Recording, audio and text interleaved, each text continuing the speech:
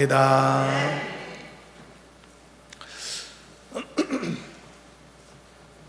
오늘 본문은요, 출애굽한 이스라엘 백성이 광야 40년을 지나서 이제 가나안 땅에 들어갈 목전 앞에 서 있다고 했죠. 신명기가 다 그 배경인데, 그런데 그렇게 되기까지 그 40년의 기간 동안에 그들이 얼마나 많은 어리석음과 하나님을 거역하는 범죄를 저질렀는가, 큰 사건들을 중심으로 회상하는 그런 내용이 담겨져 있는 말씀이 되겠습니다. 그러니까 말씀의 내용이 그다지 은혜로운 회상이 될 수는 없겠다라고 생각이 들겠죠. 그러나 하나님께서 모세의 입술을 통해서 이런 사실들을 다시 한번 꺼내셨던 것인데, 그 이유는 뭐겠습니까? 당연히 이제 앞으로 가나안 땅에 들어가서 살게 될 이스라엘 백성들에 대한 주의와 경고를 전달하기 위함인 것이겠죠. 그래서 오늘 말씀의 제목도 하나님을 거역하지 말자라는 제목이 되겠습니다. 그래서 우리는 오늘 이 말씀을 통해서요, 하나님의 큰 은혜를 입은 자들이 하나님을 거역하고 배반하는 그 행위가 얼마나 염치 없는 짓이고 도리에 맞지 않는 행위인가라고 하는 사실을 살펴보려고 하고요. 그리고 이렇게 염치 없는 도리에 어긋난 짓을 범했을 때 어떻게 하나님과의 은혜로운 관계가 또한 어긋날 수 있는가도 함께 생각해 보려고 합니다. 그래서 이런 말씀으로만 끝나면 의미가 없겠죠. 이제는 우리에게 도전되는 내용을 살펴볼 텐데, 그래서 하나님과 우리도 역시 건강한 관계를 세워가려면 헤아릴 수 없는 은혜를 받은 내가 반드시 갖추어야 될 최소한의 도리라는 것이 있다는 것을 깨닫고, 그 최소한의 도리를 갖추며 살아가기로 다시 한번 결단하는 우리가 되는 삶을 살자. 바로 이것이 오늘 함께 살펴보려고 하는 말씀의 내용이라고 하겠습니다.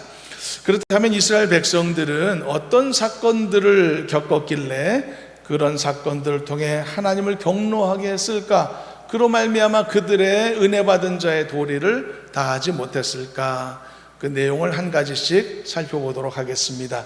먼저 본문 22절을 읽어보면 몇 가지 지명과 관련된 사건을 언급하고 있는데요, 그 내용을 먼저 읽어보도록 하겠습니다.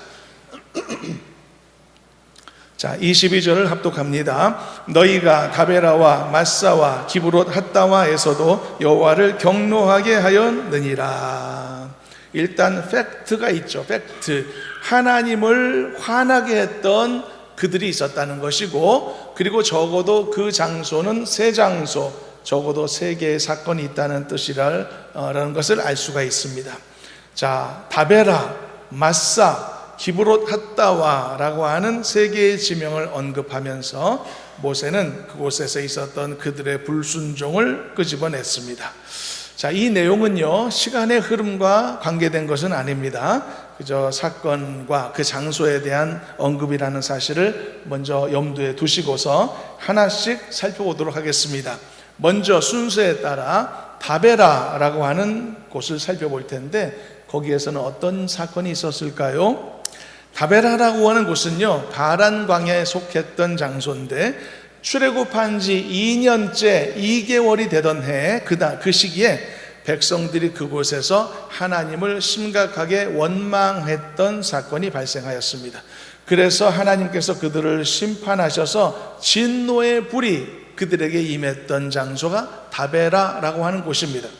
당시 상황을 조금만 더 설명하면, 하나님을 원망했던 그들에게 진노의 불을 내리셨었고, 그 진노의 불이 이스라엘 진영의 끝을 불살랐다라고 성경은 말합니다.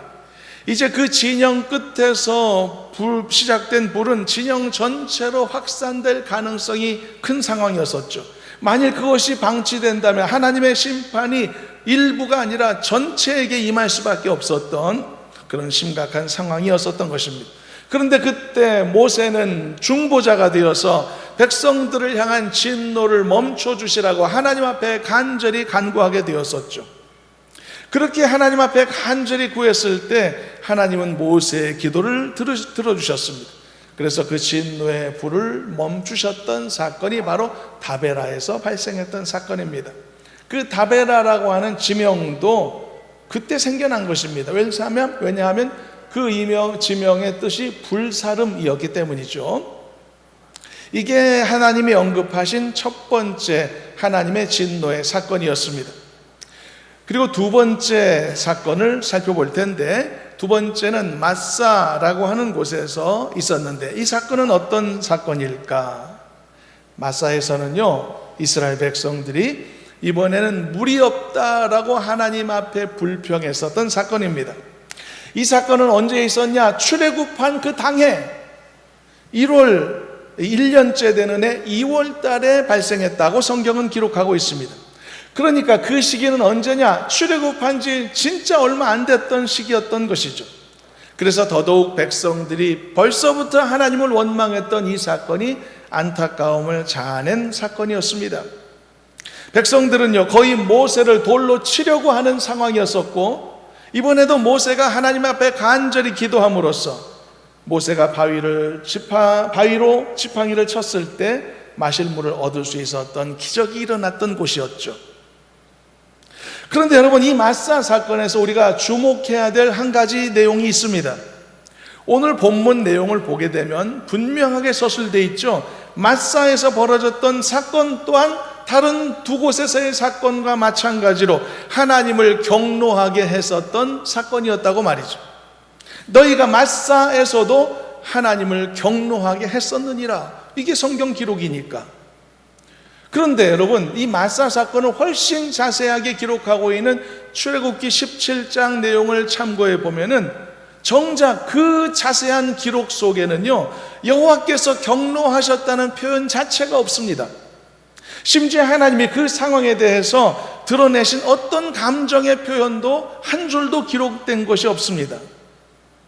이게 왜일까요? 그래서 우리가요, 출애굽기 말씀을 통해서 이 마사 사건을 접하게 되면은 하나님이 진노하셨다든지 하나님이 누군가를 책망하셨다든지 이런 내용을 쉽게 접하기가 어렵습니다. 그래서 우리는 착각하곤 했었던 것이죠. 마사에서 발생했던 바로 그 사건은 그 당시가 출애굽한 지 얼마 안 됐던 초기였었고, 그래서 이스라엘 백성들이 하나님을 원망했었던 그 사건도 역시 심각하게 반복되었던 사건은 적어도 아니었기 때문에, 그래서 하나님께서 이번 마사 사건은 한 번쯤 쿨하게 봐주셨던 것이 아니었을까라는 생각을 하곤 했었단 말입니다. 그렇다면 이런 우리의 생각이 올바른 판단이었을까요? 처음이니까, 뭐 두세 번 반복도 아니고 처음 한 잘못이니까 처음에는 봐주는 것 아니야? 그런데 오늘 말씀을 보니 그게 아니었던 겁니다. 하나님은 그 마사 사건에서도 하나님을 경노하게 했던 사건이었다라고 말하고 있으니까 말이죠. 여러분, 우리는요, 감정 표현이 많은 사람에 대해서는 신경을 많이 씁니다. 하지만 감정 표현이 없는 사람에 대해서는 신경을 덜 쓰는 경향을 갖고 있습니다. 안 그래도 어쩔 수 없는 것 같습니다. 식당 같은 곳에 가서도요, 계속 종업원을 불러대는 사람이 있단 말이죠. 그런 사람이 묵묵히 기다리는 사람보다 훨씬 더 신속한 서비스를 받게 될 가능성이 크지 않습니까? 근데 여러분, 이게 과연 옳은 모습일까요? 반대로 감정 표현이 없는 사람이 감정 자체가 없는 건 아니지 않겠습니까? 많은 사람들은 잘못 오해합니다. 감정 표현이 없으면 감정이 없는 것처럼. 그러나 결코 그렇지 않거든요. 감정이 있지만 표현을 자제하는 것일 뿐이죠. 그렇기 때문에 여러분, 우리는 좀 생각을 달리 해야 됩니다. 감정 표현이 없는 사람을 감정이 없는 사람 취급하게 되면은 나중에 그 감정이 폭발하게 될 때 감당할 수 없을 수도 있거든요. 그러므로 감정의 표현을 자제하는 사람을 평소에도 존중할 필요가 있습니다. 그리고 배려하는 자세도 분명히 필요하단 말이죠. 분명히 이 마사에서의 이스라엘 백성들의 그 하나님 원망은 분명히 초기였었고, 그리고 반복되지는 않았었을 것으로 충분히 예상이 되기도 합니다. 그리고 출애굽기 말씀을 통해서 보면은 당시에는 하나님께서 드러내서 화를 내신 것이 아닌 것처럼 보여지기도 한단 말이죠. 그렇지만 착각해서는 안 된다는 겁니다. 처음이니까 하나님이 아무렇지도 않으셨구나, 아니라는 이야기입니다. 그 증거가 오늘 말씀인 거죠. 너희가 마사에서 거기에서도 하나님을 경노하게 했었다라고 말이죠. 하나님을 경노하게 했다라는 이 표현이 얼마나 강력한 표현입니까? 그만큼 출애굽 사건 초기에 마사에서의 사건도 절대로 넘어가기 힘든 백성들로서는 대위기의 사건이었다는 사실이 오늘 말씀을 통해 드러나고 있습니다.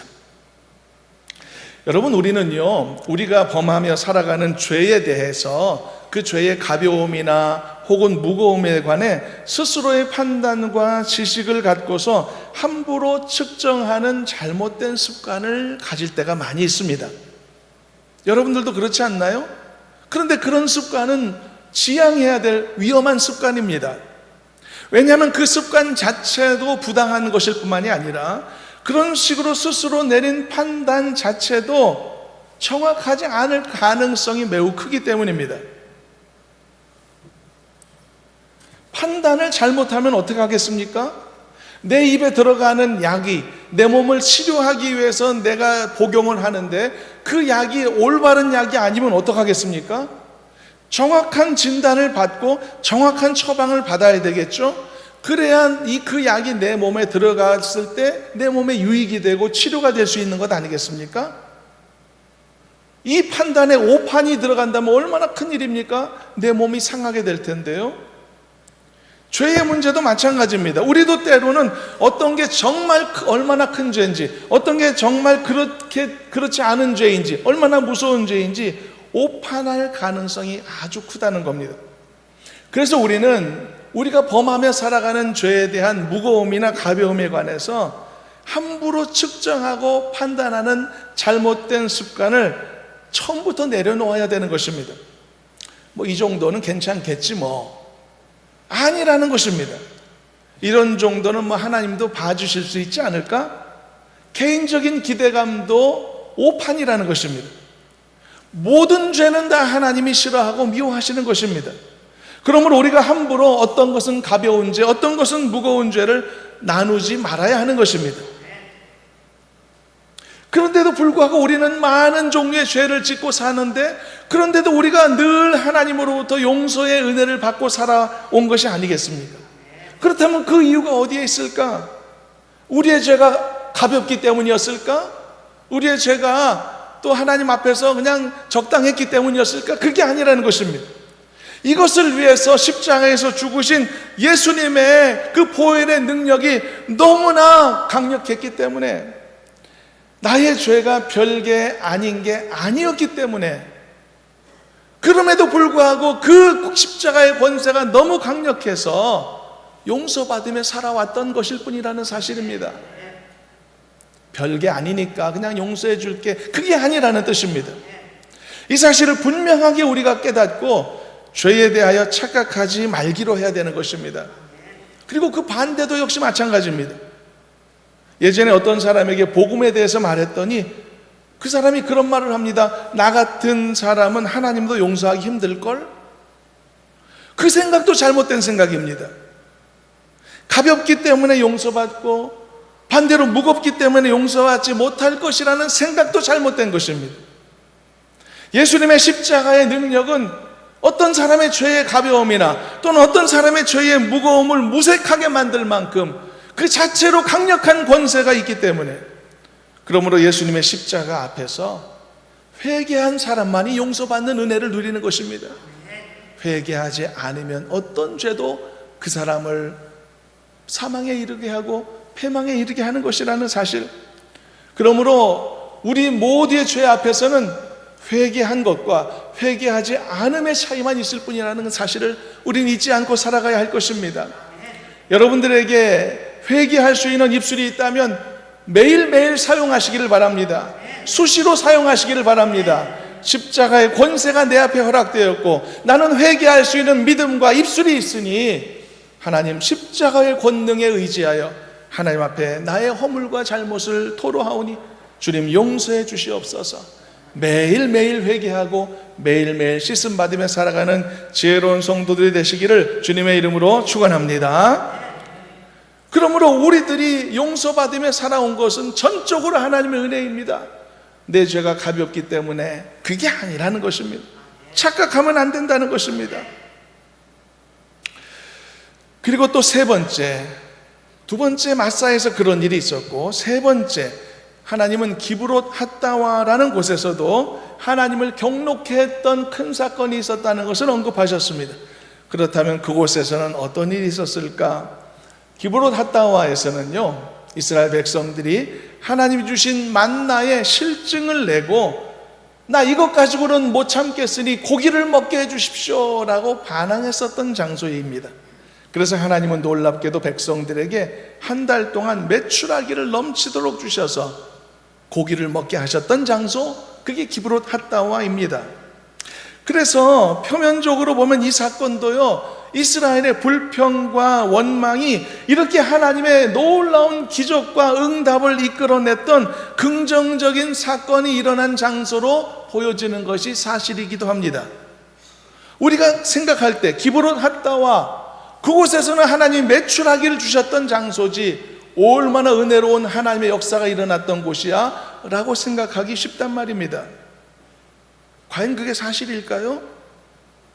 앞에서 언급했던 것처럼 식당에서 계속 종업원을 불러대고 괴롭히고 불평하는 사람이 더 많은 서비스를 받을 가능성이 커지는 것처럼, 하나님 앞에서도 불평하고 요구하고 불만하고 나 부족해 볼멘소리하고 그랬더니 하나님이 메추라기 고기를 넘치도록 주셨던 것이 이 사건의 표면적인 모습처럼 보여진단 말입니다. 그게 과연 맞을까요? 그런데 알고 보니까 이 신명기 말씀을 보니 그 사건 또한 절대 은혜로운 사건이 아니었음을 알 수가 있는 것입니다.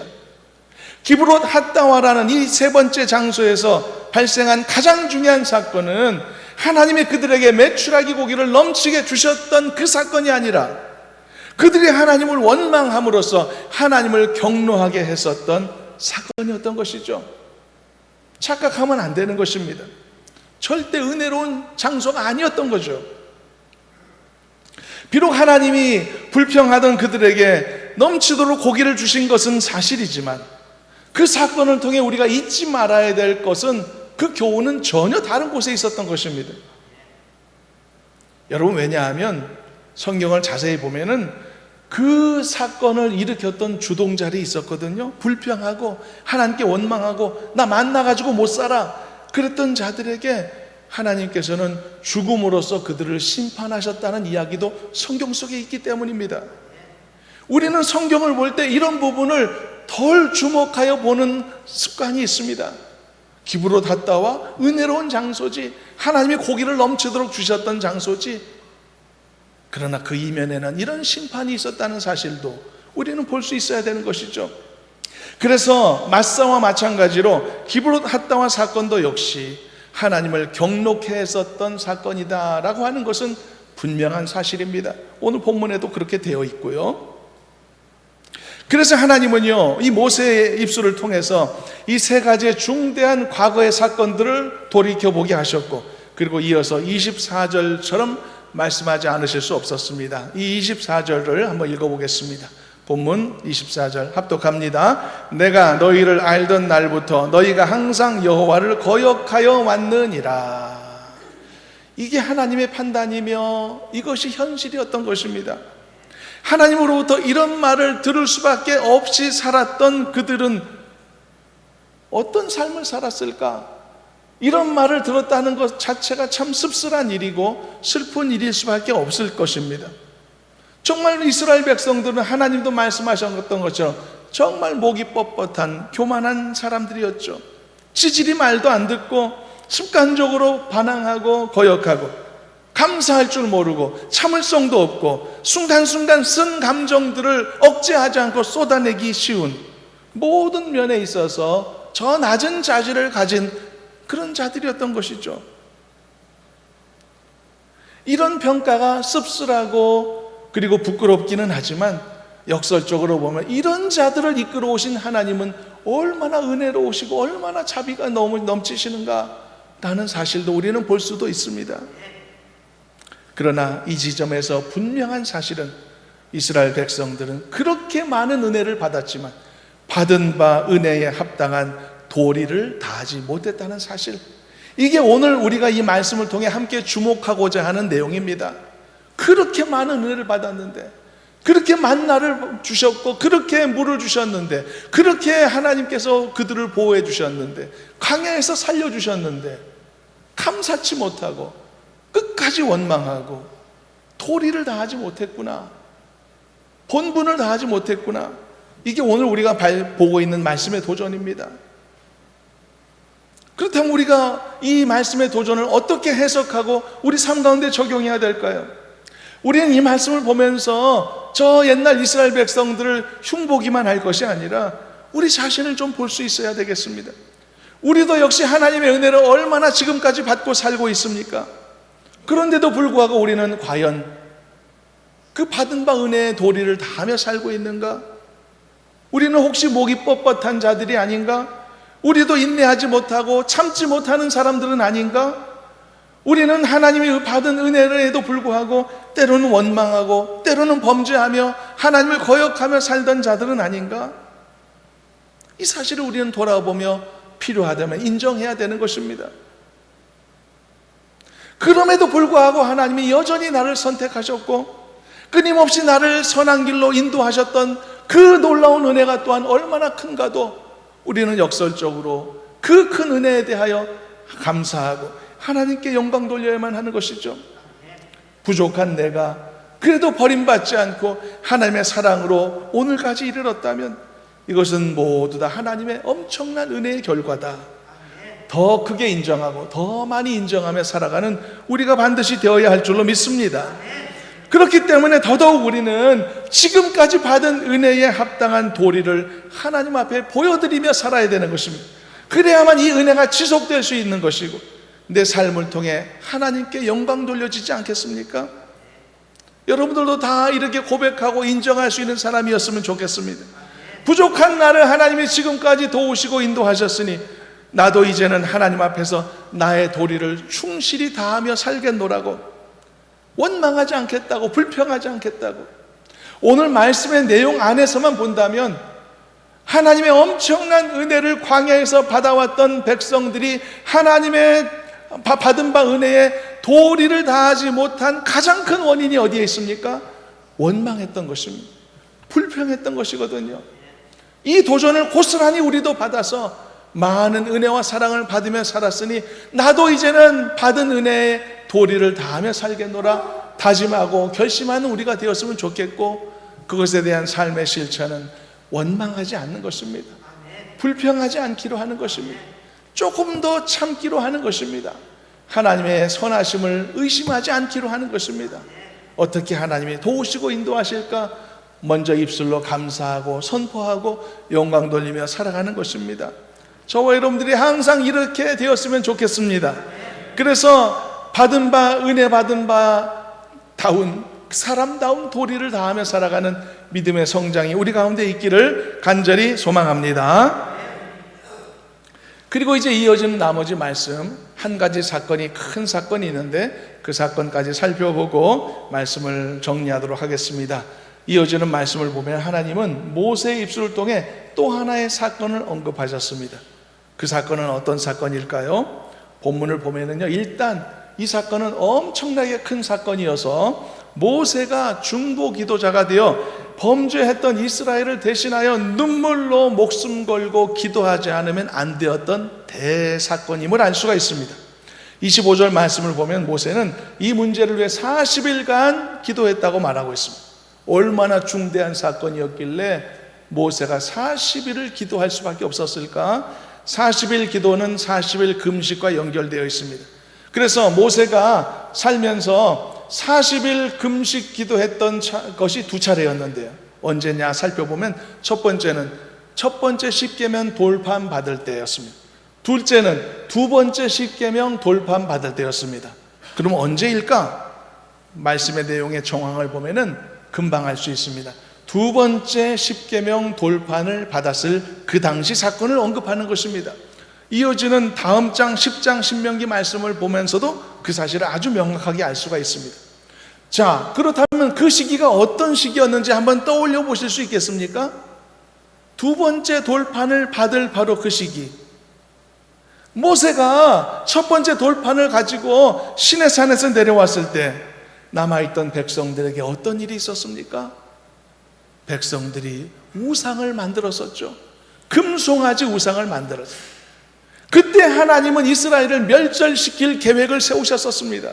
바로 그때 모세가 하나님 앞에 나와서 금식하며 목숨 걸고 하나님 앞에 기도했죠. 그때가 그때라는 사실을 염두에 두고서 본문 25절, 26절을 읽어보면 조금 더 실감이 가실 겁니다. 한번 읽어보도록 합니다. 25절부터입니다. 그때에 여호와께서 너희를 멸하겠다 하셨으므로 내가 여전히 40주 40야를 여호와 앞에 드리고 여호와께 간구하여 이르되 주 여호와여, 주께서 큰 위엄으로 속량하시고 강한 손으로 애굽에서 인도하여 내신 주의 백성 곧 주의 기업을 멸하지 마옵소서. 모세가 목숨 걸고 기도하며 하나님 앞에 매달렸습니다. 이스라엘이 금송아지 우상을 만들었을 때 하나님은 그들을 버리려고 계획하셨습니다. 그만큼 충격적인 죄악된 사건이었단 말이죠. 그래서 하나님은요, 그 상황을 모세에게 설명하실 때요, 평소와 다른 표현으로 사용하시기도 했죠. 하나님이 이스라엘 백성들을 지칭하실 때 평소에는 내 백성이라고 하셨거든요. 그런데 어느 순간 너의 백성이다 라고 말씀하시기도 했습니다. 오늘 본문의 상황과 맞물려 있는, 오늘 본문은 아니지만 신명기 9장 12절을 참고해 보면 그런 표현이 나오고 있습니다. 한번 읽어보도록 하겠습니다. 영상을 통해 읽어봅니다. 내게 이르시되 일어나 여기서 속히 내려가라. 네가 애굽에서 인도하여 낸 너의 백성이 스스로 부패하여 내가 그들에게 명령한 돌을 속히 떠나 자기를 위하여 우상을 부어 만들었느니라. 금송아지 우상을 만든 그 엄청난 대사건에 대해 하나님이 말씀하실 때 이스라엘을 이렇게 표현하셨습니다.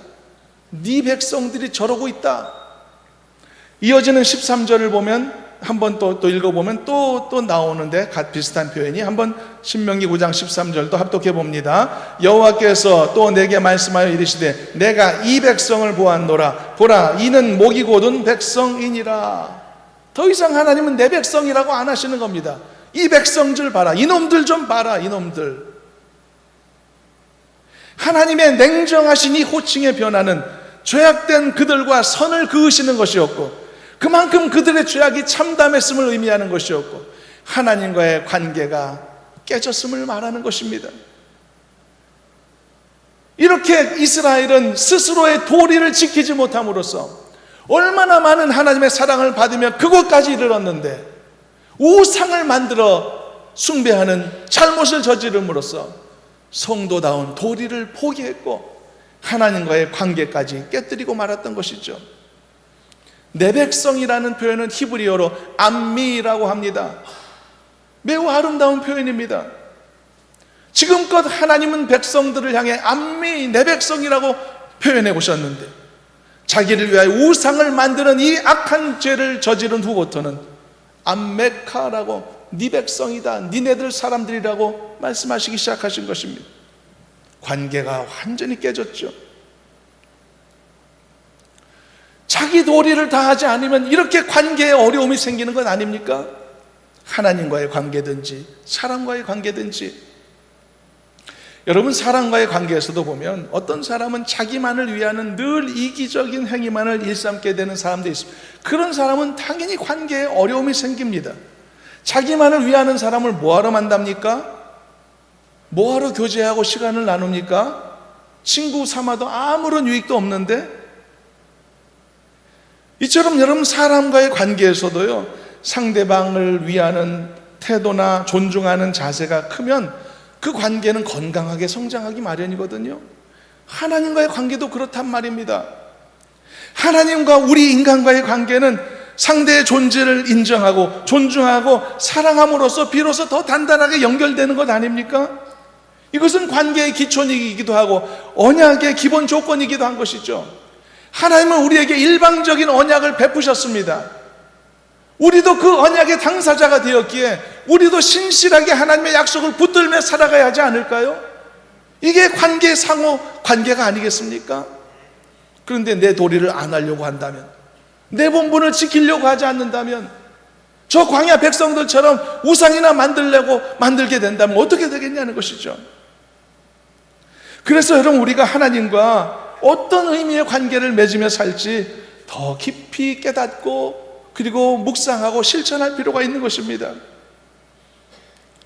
이스라엘이 금송아지 우상을 만든 행위는 그 자체로 어리석은 우상 숭배지만 한편으로는 하나님을 위하지 않고 자기만을 위하는 이기적인 태도로서 악한 심성에서 비롯된 어리석은 모습이었던 것이죠. 그래서 그들의 행위는 나쁜 행위이기도 했지만 관계를 맺는 상대방의 입장에서 보면 정이 뚝 떨어지는 행위이기도 했던 것이죠. 나 저런 애들하고 나는 안 사겨, 이런 생각이 들지 않겠습니까? 늘 자기만을 위하는 이기적인 친구. 그래서 하나님도 백성들을 향해서 암미라고 하지 않으시고 이제 니네들 백성, 니네 백성이다 라고 말씀하시게 된 것이죠. 그러면 여러분, 이 중대한 문제를 모세가 어떻게 돌파했을까요? 그래서 모세도 이 백성들을 위해 목숨 걸고 기도했던 것입니다. 그리고서 하나님 앞에 호소하며 이렇게 기도했는데 25절 26절을 다시 한번 읽어보면 모세의 그 간절함과 그리고 모세가 어떤 마음가짐으로 하나님 앞에 호소했는가를 알 수가 있는데 다시 한번 읽어보도록 합니다.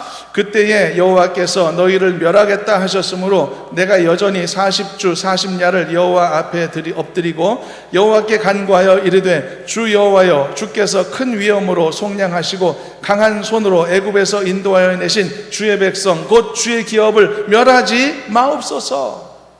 모세는 하나님으로부터 들었습니다. 야, 니네 백성들 저러고 있다. 야, 이 백성이 얼마나 목이 뻣뻣한지 아냐? 모세는 알아차린 것입니다.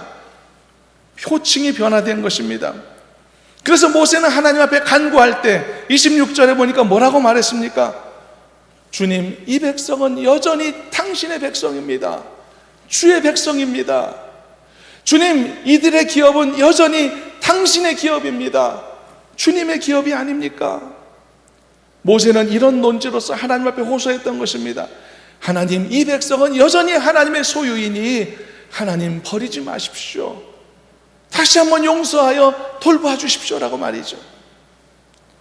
그리고 모세는 본문 마지막 절에서 다시 한번 그 사실을 간절히 기도하며 하나님 앞에 올려드립니다. 이번에는 29절도 읽어보도록 하겠습니다. 같이 합독합니다. 그들은 주의 큰 능력과 표신팔로 인도하여 내신 주의 백성 곧 주의 기업이로 소이다.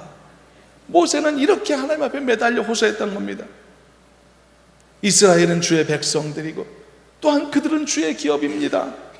그러므로 하나님의 소유가 되었으니 하나님 포기하지 마시기를 바랍니다. 하나님께서 다시 한번 용서하여 품에 안아주시기를 소망합니다. 여러분, 이 모세의 기도가 그들을 살렸던 것입니다. 그래서 하나님께서 다시 한번 그들을 품에 안아주셨던 것이죠. 저와 여러분들도 하나님의 택하신 백성이라는 것을 잊지 말며 그 은혜 가운데 살아가시기를 주님의 이름으로 소망합니다. 그러므로 여러분들도 하나님의 백성입니다. 여러분들의 소유도 하나님의 것입니다. 그러므로 절대 하나님이 여러분들을 포기하지 않으실 것이며 여러분들의 삶도, 여러분들의 영혼도, 여러분들의 가정도, 여러분들의 일터도 하나님이 지켜주신다는 사실을 의심하지 않으며 살아가시는 은혜가 있기를 간절히 소망합니다. 하나님의 소유입니다. 여전히 하나님은 나를 내 백성이라고 불러주시는 것입니다. 그러나 여기에는 한 가지 조건이 있습니다. 당연한 인간의 도리를 해야 됩니다. 은혜 받은 자다운 본분을 지켜야 됩니다. 그것이 오늘 말씀의 교훈에 따르면 무엇입니까? 원망하지 않는 것입니다. 불평하지 않는 것입니다. 하나님을 더 깊이 신뢰하는 것입니다. 내 안에 쓴 마음을 쉽게 토로하지 않고 절제하면서 하나님이 어떤 일을 행하실까를 믿음의 눈으로 볼 수 있는 기다림이 필요한 것입니다. 저와 여러분들에게 이런 본분을 다할 줄 아는 믿음의 성숙함이 있기를 간절히 소망합니다. 아무리 어렵고 힘든 일이라고 할지라도 하나님이 어떻게 일하실까? 하나님이 어떻게 인도해 주실까? 쉽게 분내지 않고, 쉽게 판단하지 않고, 쉽게 원망하지 않고, 하나님의 행하실 일들을 기대하고 기다리며 신뢰할 줄 아는 성도로 살아가는 우리가 되었으면 좋겠습니다. 그럴 때 우리는 자녀로서의 도리를 다할 수 있는 사람이 되는 겁니다. 하나님의 은혜 받은 백성으로서의 본분을 감당할 수 있는 사람이 되는 것입니다. 비록 우리가 온전치 못함이 있고 부족함이 많을지라도, 그러므로 우리는 결단해야 됩니다. 나의 삶이 나를 위한 이기적인 삶만이 아니라 하나님의 영광을 위한 삶이 되어야 되겠노라고 다짐할 수 있는 우리가 되어야 되겠습니다. 내가 믿음이 나만이 부족하고 모자랄지라도 그래도 나의 인생의 방향이 그냥 나 잘 먹고 잘 사는 인생이 아니라 하나님의 나라와 하나님의 영광을 위하여 살아가는 삶이 되어야 될 것으로 결심하는 우리가 되었으면 좋겠습니다. 그래야만 하나님께서도 나를 바라보시면서 너는 네 백성이다 라가 아니라 너는 내 백성이다 라고 말씀하시고, 너의 기업은 나의 것이다 라고 말씀하시고 책임져 주시는 은혜가 우리에게 주어지게 될 줄로 믿습니다. 인간관계도 이기적이기만 한 사람을 끝까지 안고 갈 친구는 세상에도 없습니다. 하물며 나를 구원하시기 위해 독생자를 아끼지 않으시기까지 나를 사랑하시고 나를 위해 전부를 쏟아부으신 하나님 앞에서 내가 최소한의 성도의 본분 도리조차 하지 않고 이기적으로 군다면 얼마나 옳지 않은 모습일까? 그러므로 여러분, 땀 흘려 수고하는 여러분들의 모든 일상의 삶의 시간들로부터 시작해서 예배와 기도와 봉사와 같은 신앙의 모든 활동들까지도 그냥 나 자신을 위한 일로서 여기지 말고 하나님과 그 영광을 위한 일로서 완벽하게 인정받을 수 있는 성도들이 되셨으면 좋겠습니다. 그래서 언제나 지금보다도 가장 순수하고 깨끗한 관계로 하나님 앞에 서시는 우리 모두가 되었을 때 하나님은 우리 자신들을 바라보시며 너는 내 백성이다 라고 말씀하시고, 그리고 하나님도 역시 변함없이 나를 위해 일하시고 나를 위해 준비하시고 나를 위해서 은혜의 길로 안전한 길로 인도하여 주실 줄로 믿습니다. 하나님은 사랑하기 때문에 섬기는, 그리고 하나님을 신뢰하기 때문에 기쁨으로 예배하는 우리의 본분과 도리를 잘 감당하여서 하나님이 베푸시는 큰 은혜의 아름다운 그리고 넉넉한 자격을 갖춘 성도로 살아가는 우리 모두가 되기를 주님의 이름으로 축원합니다. 하나님 감사합니다. 우리에게 주신 말씀의 도전이 흘러가지 않기를 원하고 우리의 삶 가운데 큰 도전과 변화가 될 수 있도록 인도하여 주시옵소서. 하나님의 은혜 받은 자다운 도리와 본분을 감당하는 우리 모두가 되도록 도와주옵소서. 예수님의 이름으로 기도하옵나이다. 아멘.